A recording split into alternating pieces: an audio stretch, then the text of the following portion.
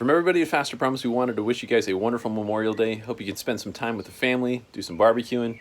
We also wanted to take a moment and remember those that have paid the ultimate sacrifice so that we may have the freedoms that we have and live in the greatest country in the world.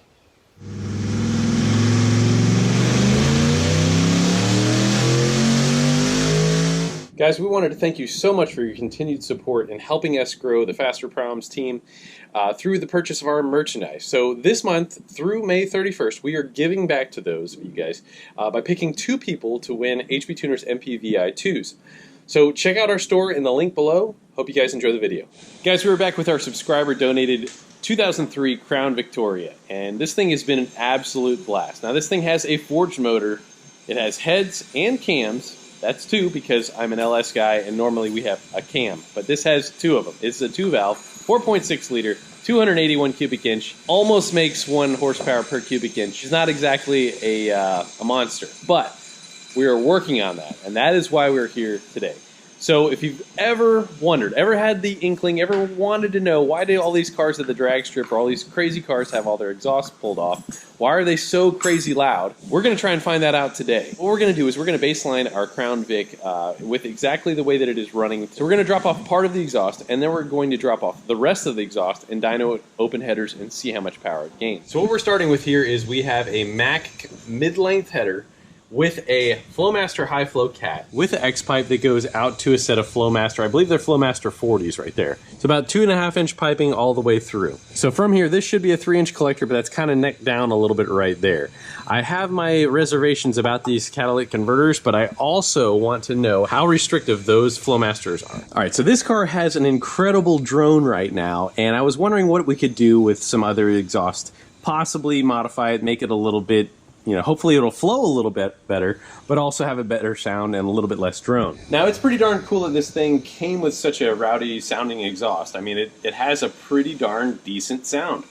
Most people really are like, oh my gosh, what do you got in that thing? I'm like, it's got that classic Mustang sound. But that sound can also cost you power. So my hypothesis is that if we drop these, I think we're going to be able to pick up a very significant amount of power. So the other day I dynoed a Trans Am, and it had a Flowmaster muffler on the back there. Now when I had opened up the cutout, which was kind of right in this vicinity right here, and it didn't have to go through the exhaust that was all the way out the back, we picked up somewhere in the neighborhood of about 30 wheel horsepower just opening up the cutout. So I'm hoping we can do something right around those lines on this. Get our baseline established, see what this thing is making on the dyno today, maybe make a couple tweaks here and there, and then we're going to go ahead and try and start knocking out our exhaust.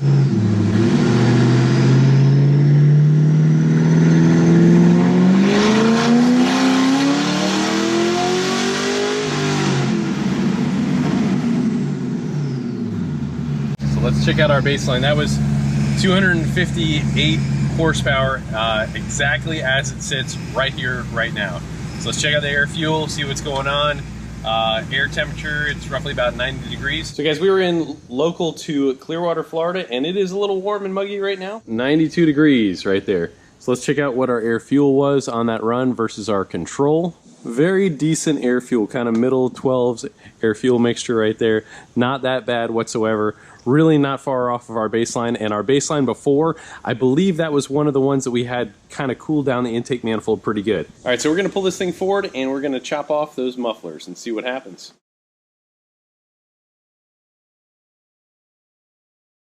She's still a little hot.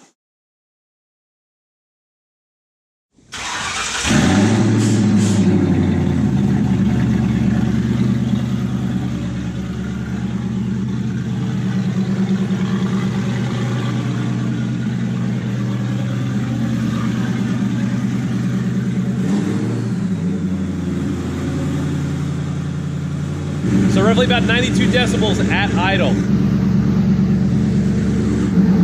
So after a while, that will probably mess up your ears. I wanted to say thank you very much to whomever had sent this in. That was a pretty awesome gesture.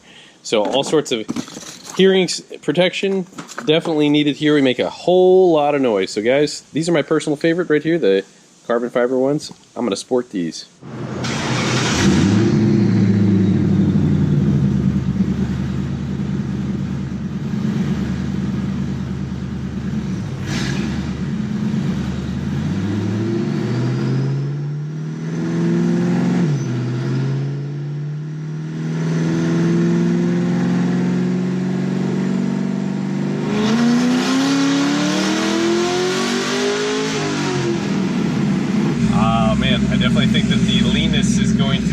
up some power. We made 2 less peak horsepower, but we made a little bit more power in the same range. Our air fuel is significantly leaner, so that's almost 14 to 1 where we were 12.5 just a little while ago. All right, so I'm gonna say straight up front right now that I do not have any tuning software in order to try and fix this lean spot. But as a tuner, I know a little trick that I can do. It is going to richen it up all the way across the curve because we're affecting the entire fuel map all the way across the curve. So this is what we got. So I took this mass air right here, I took a piece of cardboard and I lined it on the inside and just taped it. And again, this is a very short-term solution, just trying to make the mass airflow see a greater volume of airflow. So the fact is that we should have the same or less airflow going through it, but the MAF is going to see greater airflow, hopefully in the neighborhood of about, say, 10% to richen our mixture back to where it needs to be. We're just trying to get this under control, and if anything, that is going to cause a loss of power, okay? But what we're trying to do is just get our fuel back. But right now, this is the best avenue of what we can try and do to accomplish that.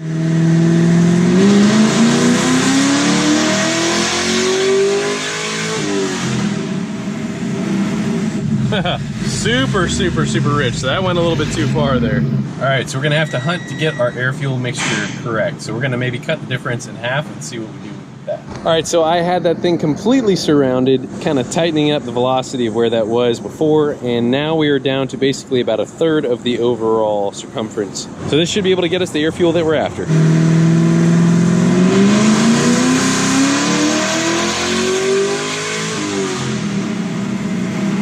There we go, much better, much better. And where we started was pretty much the golden area. You want to kind of be in between this area right here, which is about 12 and 13 to 1. Most engines make power right in that range. So before we were a little bit too lean once we took the mufflers off. Now we're tweaking that little piece on the mass airflow in order to get exactly the same air fuel of what we had before.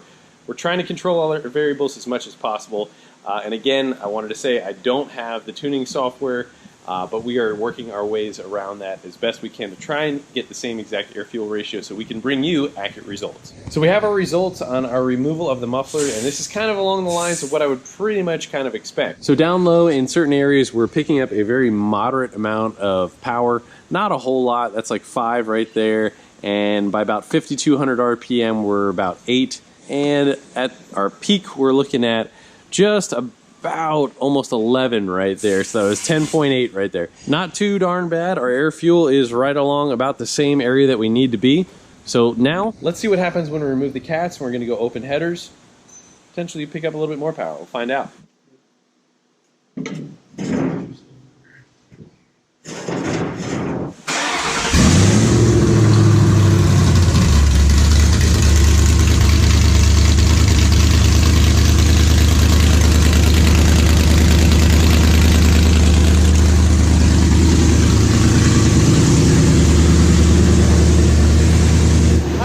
Decibels at idle.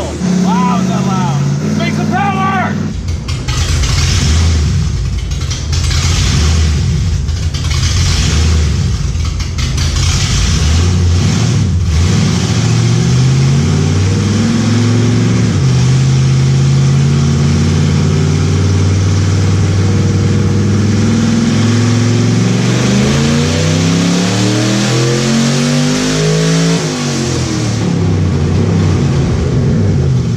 Bear in mind, if this were a larger engine and we're making a much more power, the gains would be greater. So this is still a low cubic inch, pretty low tech, but you can kind of make some comparisons, say, for example, like a 350Z or something that's a similar displacement but a little bit more later technology. Okay, so as what we can see right there is the gains of what we have from our baseline to pulling off the mufflers and then to going and pulling off the entire exhaust system. So we picked up another 8 additionally right there. In some of the areas before where we had gained, say, 7, we picked up another 6 on top of that. So pretty much a bunch more power all throughout the entire curve with the exhaust being dumped. So I know many of you guys probably get annoyed if there's somebody that's driving through your neighborhood that's you know, making a bunch of noise and whatever, but they're just trying to make some power. Yes, there are more tasteful ways of doing it, and now there is so much more technology out there, and the fact that people have mufflers that have basically a butterfly that opens up only at wide open throttle and can be quiet during cruising. But if you're ever curious about that, there are a number of those out there. And that's pretty much what we recommend. A lot of the OEM stuff comes with that nowadays. So what we can learn from this is that this exhaust was already modified from what stock was, so there was gains already on top of that. Now, I'm just suggesting that we modify that a little bit more and such that we're trying to optimize those. I'm a huge fan of the MagnaFlow mufflers. Those typically flow the best, have a very decent sound, and they're excellent bang for the dollar. Perhaps we might be able to steal some Corvette mufflers and throw them on this Ford here. It'll definitely make that thing nice and mild and quiet, but be a dual 3-inch all the way out. Let us know what you think in the comments. If you guys are not familiar with some of our videos, we got all sorts of crazy shenanigans.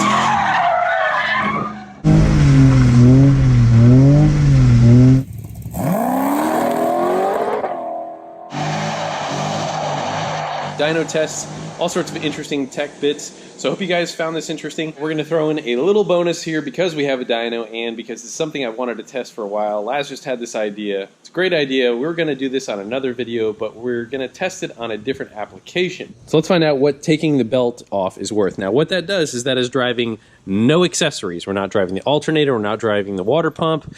We're not driving the power steering. Anything. This is kind of a drag racing tip. This is something that you would do if you had the car totally cooled down. You basically do a burnout, go, and then you need to shut it down as soon as you're through the quarter mile. So my guess on this is somewhere about maybe 8 to 10 horsepower. You've seen what the thing makes. Write a guess down real quick here and we'll find out what it's worth.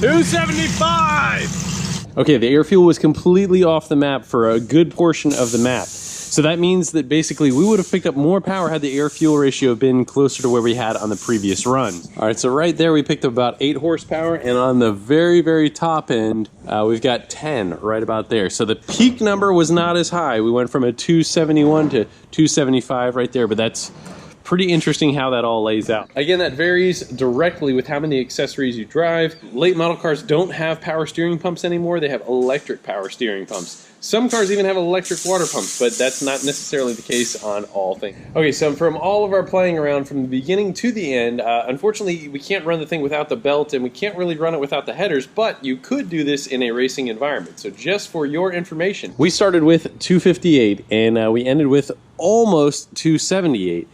We picked up 19 horsepower there and quite a bit in a bunch of other areas. So that's about 12 horsepower there, about 20 there, and at the top end, a little bit over 20. So guys, stay tuned. We got a whole bunch of other modifications of what we're going to be doing to this thing to actually make some real power, not this little stuff right here. If you guys enjoyed this, please like, subscribe, and don't forget to share. God bless you guys. Thanks for watching. We'll see you soon.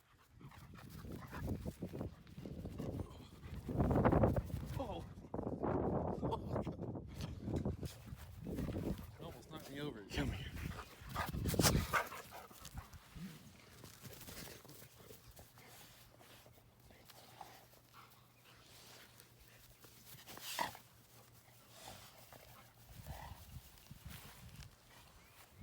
All right there.